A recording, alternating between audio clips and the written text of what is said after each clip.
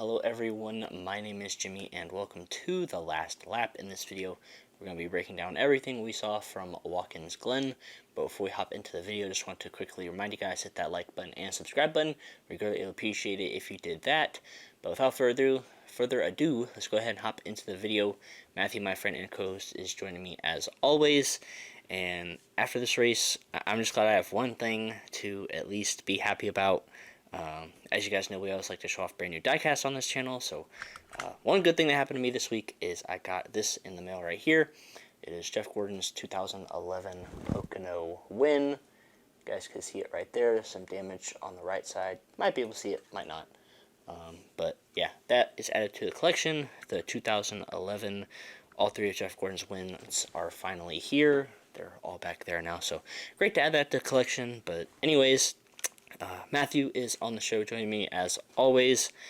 Right before this video started, he sent me a meme or a video trying to make me mad right before we recorded, and it's not going to work. But anyways, Matthew, how you doing before we hop into this video? Well, I'm doing great. It's been an interesting weekend.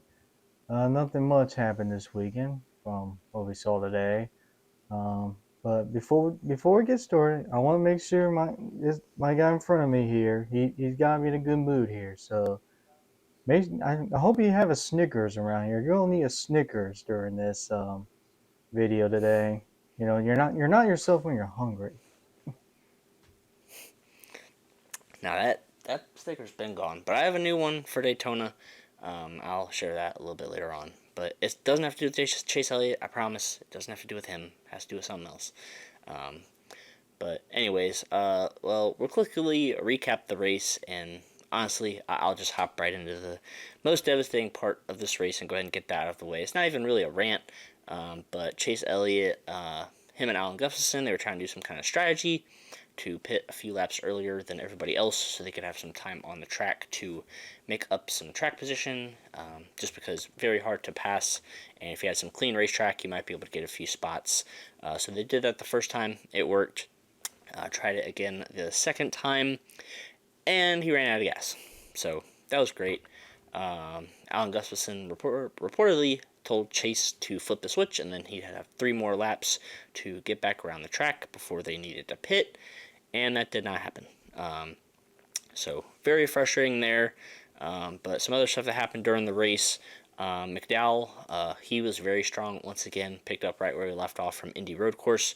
He won stage 1, and then he made a mistake, actually several mistakes. He drove through too many pit boxes, and then later on in the race, he had a pit crew over the wall issue, so that was another penalty.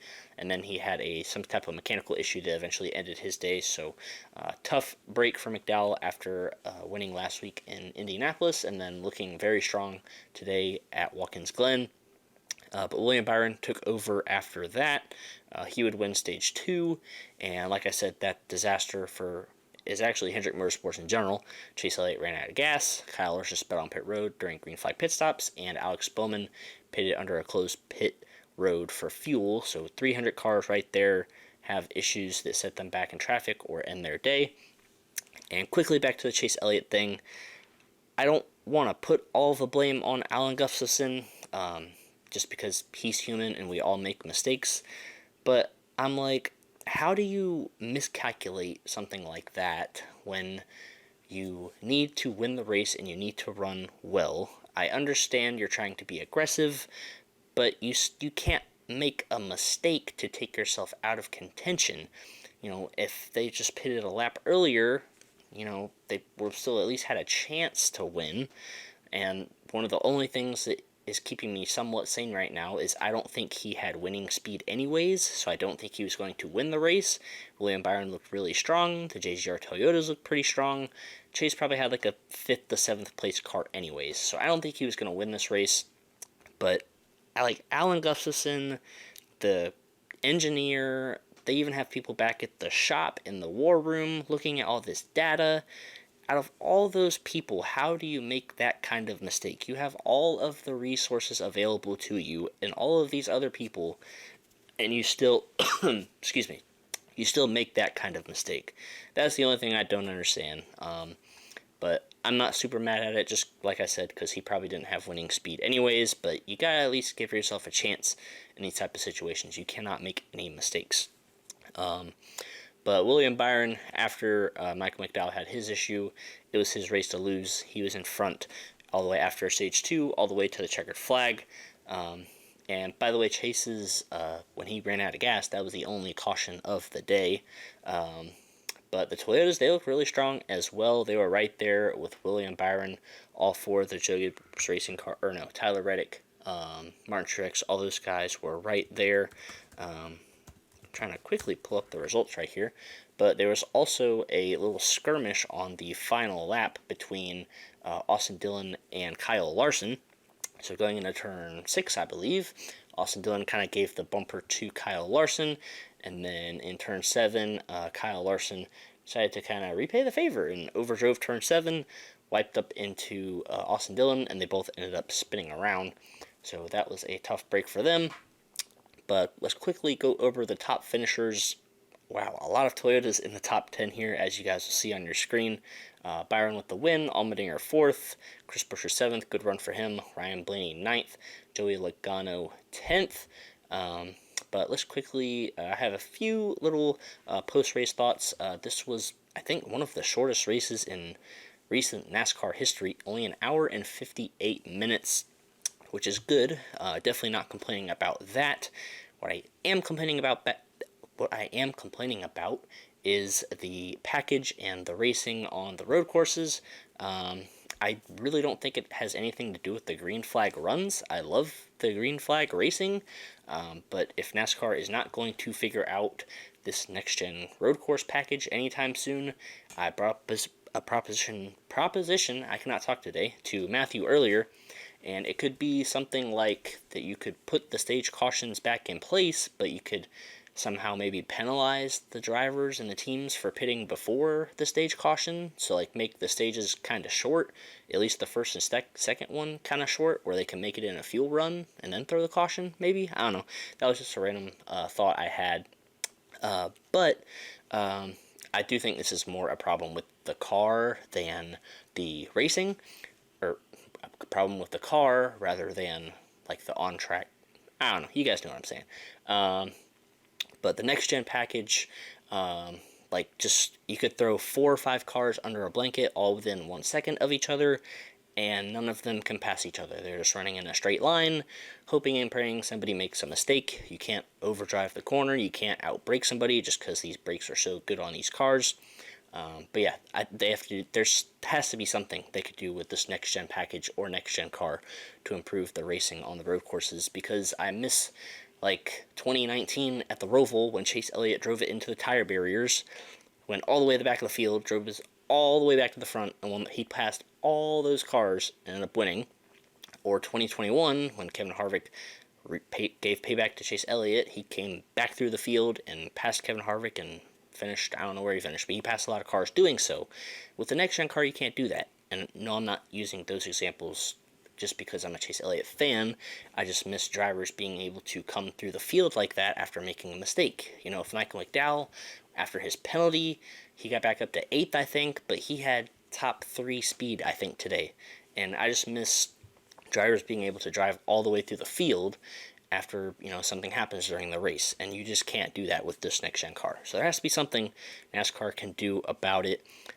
But also, the playoff grid, Kevin Harvick and Brad Keselowski, they both locked themselves in based on points. So the only thing is Bubba Wallace is above the cut line and Ty Gibbs is below the cut line. I believe it's like 30-something points. But either way, I think Ty Gibbs is probably in a must-win situation unless something happens to Bubba Wallace. But that does bring me up to my sticky note. I don't have my stuff written down right here on me, but I'm going to say that Bubba Wallace will be the 16th and final car to make the playoffs this week. I think he has enough of a points gap where, as long as he doesn't make any mistakes, I think he'll be okay. But I also think he is very capable of winning at Daytona because he is a good super speedway racer. The only people I would be a little bit worried about is probably like Justin Haley, maybe Chase Elliott. I wouldn't say Chase Elliott just because he's a little bit better at Talladega and Atlanta. But yeah, Justin Haley, guys like that, super speedway ringers, if you guys can call them that. But I think Bubba Wallace will be fine. He'll be able to point his way in. But yeah, that was a lot. Pretty much all I have to say about what we saw. Oh yeah, I was going to talk about the Xfinity race, but I'll wrap up with that later. That will be my post race thoughts. But I'll go ahead and let Matthew share a little bit. So Matthew, go ahead and share a little bit about what you thought from what you saw based on everything from Watkins Glen. All right, so um, first and foremost, congratulations to William Byron and for his fifth win in the season, his first win on a road course, which was surprising to me in my opinion. Always known he was a decent road course racer, but I mean it turned out to be his first, which was kind of surprising to me. But congratulations to him. He ran a very dominant race. He didn't make any mistakes, unlike Michael McDowell, who was leading earlier, who could have easily went back to back, but he unfortunately ran through too many pit boxes during the first green flag stop. But then he had some other issues after that, so he probably wouldn't won anyways. But William Byron ran pretty much a flawless race today, so congratulations to him. Um, of course, the main story today was all about the playoff picture here. And this whole playoff battle started pretty much right around qualifying, where we saw guys like Daniel Suarez, Chase Elliott, pretty much just did not run good lap times in qualifying, and we see guys like Allmendinger, Ty Gibbs, run great qualifying times, and then during this race, it proved to be very hard to pass, and you can pretty much tell when Ty Gibbs and AJ Allman, they're in a pretty good spot while Elliott, Bowman, Suarez. Well, technically Suarez pretty much blew it away like the very beginning of the race when he just got sideways on that backstretch chicane basically, and, I mean he couldn't recover from that basically. But of course the main story coming out of this is of course Chase Elliott run out of gas. I mean, it's inexcusable. I mean, I've said this sometimes in our videos in the past. You can look it up. I just feel like Alan Gustafson is just he's a great crew chief. I mean, don't get me wrong, but he can be an absolute doofus sometimes. I mean, absolute doofus. And once again, he showed it again. But I mean, apparently it was absolutely misinformation according to him. Which I mean, that's inexcusable. I mean, this is a very crucial part of the season for this team. I mean, there's only one race left, and you never know what's going to happen in Daytona. And for you to misjudge the fuel situation that bad, I'm sorry, but you gotta be gone after this season just because of that. You pretty much just, I mean, I don't know if Chase would have won, but I mean, you pretty much cost that team a chance of winning in general. But yeah, he gotta go after that. I mean, that you cannot get any stupid than that. I mean, that's inexcusable. I mean, that's ridiculous. I mean, and so yeah, that I mean, there's nothing Chase could have done with that. I mean, it was just Alan Gustafson being a doofus once again, sleeping on the pit box. So I mean that's very unfortunate. And now I guess you're gonna be biting your nails off at Daytona. um, I think that's gonna be a stressful Saturday night for you now. But yeah. Besides that, I mean, like I said, Suarez had his issues beginning. Um, I was very impressed though with how Bubba Wallace ran today. Of course, we know how bad of a road course racer he's been in the past, but he was very good today for his standards. He finished 12th, but he was in the top 10 like most of the race today, which for his standards, that is absolutely impressive. I would love to see him continue to get better because eventually he's going to have to get better at these. Eventually, he's got to run up front of these more often. But this was a great day for him. It actually, I mean, people were predicting they were going to be, he was going to be losing some points, but he actually gained some points today. So good for him.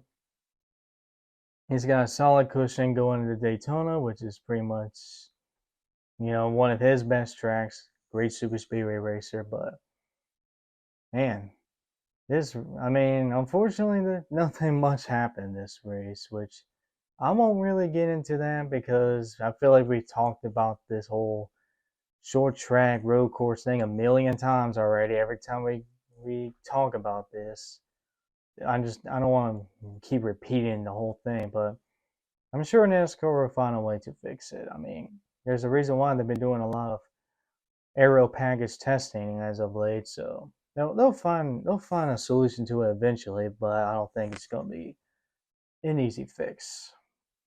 But oh yeah, in the last lap, I don't understand what Kyle Larson was thinking there. That was an absolute stupid move what he did. Just it looked like he didn't even get try to get in the corner. He just sent it in there for some reason. I don't know, but other than that, congratulations to Willie Byron. Amazing race by him. But man, I'm ready for a chaotic Saturday night next weekend. It's gonna be intense. Yeah, as far as Daytona goes, I really don't have any expectations. I'm pretty much cutting my loss now because he's in a must win, and with pretty much 36, 38 drivers in the field, probably about 30 of them could win at Daytona. So, with Chase's luck this year, he'll probably get taken out in the big one on lap 5 on Saturday night. But, yeah, I think Bubba Wallace, he's in pretty good shape as far as the playoffs go. Like I said, for my sticky note, I think he's going to be the one that makes it. But yeah, let's go ahead and rate this race. I think last week I gave Indy a 6. I'm going to give this the exact same thing. Pretty much almost a copy paste race from last week at Indy. One caution. People at up front who qualified up front pretty much stayed up front the whole time. 6 out of 10 for me. Matthew, what are you going to rate the race from Watkins Glen? I'm gonna give it a 4 out of 10 for me. Nothing much really happened. I mean, I know we just talked about it. It's just how it's gonna be until NASCAR finally, clicks on something with the research that they're doing on this car. And of course, a lot of it has to do with these cars they are made for the road courses. The bigger brakes, the bigger tires, they are made for these road courses. But yeah, I'm gonna give it a 4 out of 10. And it stinks because Watkins Glen is like such an amazing venue and such an amazing racetrack. It's probably my favorite racetrack that NASCAR goes to, even with the new ones that have come up on the schedule the past few years. I really like Watkins Glen. It's a fun racetrack. It's kind of almost the closest thing to an oval that NASCAR has in a way, just because of how fast they go through most of the corners. And the carousel is kind of like a wide sweeping corner, kind of like an oval would be. Um, but yeah, hopefully, fingers crossed, knock on wood, NASCAR can figure out this next gen package or next gen car to make the road course racing a little bit more exciting. But our fantasy update, that has not changed. Obviously, you're still in the lead there. And my closing thoughts is just going to be about the Xfinity race, the finish of that. So Ty Gibbs and Sam Mayer, they made a little bit of contact through the S's. Ty Gibbs kind of shoved him out of the way a little bit. Didn't wreck Sam Mayer by any means. And then another caution came out. And then Sam Mayer decides to haul it into turn 1 and lock up the brakes and wheel hop and all of that stuff and just wipe Ty Gibbs out and go on to win. And I'm pretty much like I'm torn here because I've seen a few different people say it in a really good way, and I can't remember specifically how they said it, but it goes somewhat along the lines of, um, you know, like, do I feel bad for Ty Gibbs that he got taken out, even though he didn't take out Sam Mayer? Yes, but at the same time, Ty Gibbs has done this to other people, so like, is it fair? Is it foul? I think it's just foul. in that specific way. Like I think what he did to Brandon Jones at Martinsville last year is foul as well. Like I just think wiping somebody out for a win is not cool. Even if they rough you up a little bit before, that doesn't give you an excuse to shove them out of the way. So I think it's foul. There were a few different quotes I've seen on Twitter that were really good. I just can't think off the top of my head. But that's basically all I really have to say about that. But anyways, Matthew, do you have any other closing thoughts before you go ahead and finish this video up? Well, that whole Xfinity thing, all I have to say is Sam Mayer is a bum, and he better watch it in his mirror when Ty Gibbs is back in the Xfinity series. Whatever, Darlington or whatever race he's in, he goes in. But yeah, he's a bum for that. So I don't really have much to say. Alright, well, that's going to go ahead and wrap it up for this video. We hope you guys enjoyed it. Let us know your thoughts and comments about anything you saw from Watkins Glen down in the comment section below. We appreciate it if you did that. Also, make sure to check out our social media pages. Those will both be linked down in the description. But until the next time, we'll see you guys in our next video.